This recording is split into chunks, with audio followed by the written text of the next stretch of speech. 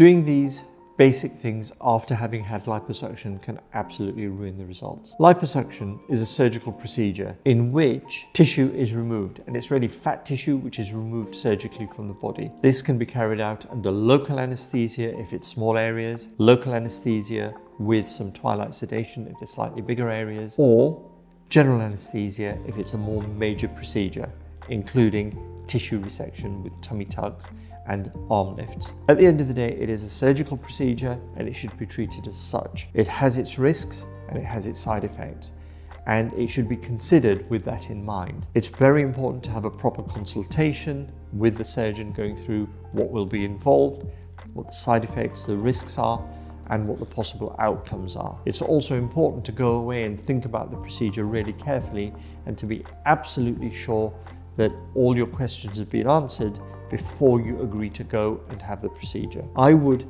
highly recommend that you have a second and possibly third consultation before you actually have the procedure, so you are absolutely clear as to what it involves, what the side effects and risks are, and what the outcomes and limitations of that procedure are. It's really important not to bathe or submerge in water for the first 5 to 10 days, as long as the sutures are still in situ following liposuction. This can increase your risk of infection greatly. It's really important for you to have great hygiene following liposuction and to attend to the areas where the liposuction has been made. The second thing to avoid is to be lazy and not to move around.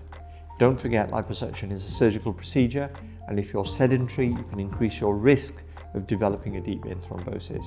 So we always advise that you are mobile and ambulatory after liposuction.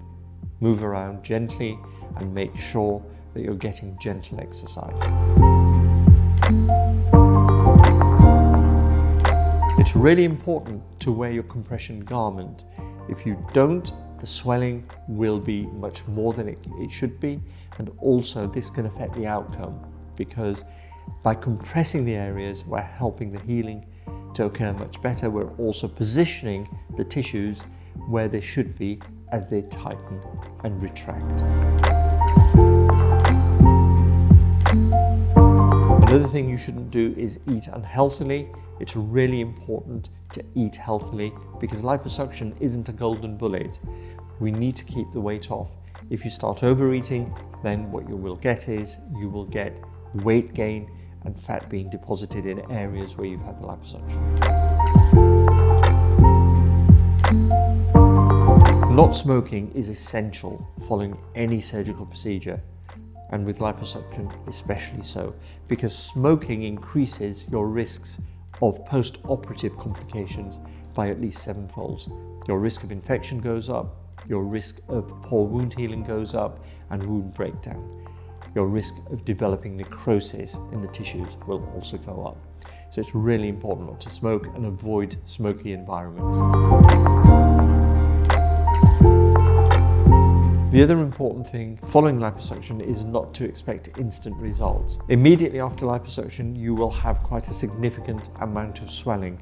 Part of that swelling is the anesthetic, part of that swelling is tissue swelling due to the trauma of the actual procedure. It's important to realize that that swelling goes down initially over the first 6 weeks and things will start to improve. However, the tissue swelling and the remodeling occurs over 3 to 6 months. By 6 months, you should expect 80% of the final outcome, which will carry on improving over the following 18 months.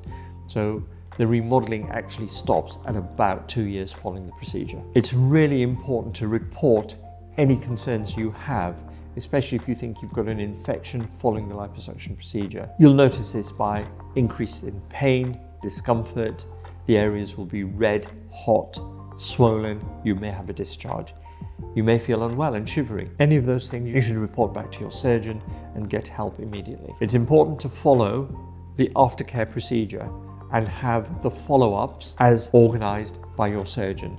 If you miss those, then you could end up with an adverse outcome which could have been avoided. So really, if you're going to have liposuction, you should, in your mind, look at it as a contract, that The surgeon is going to do the best that they can do.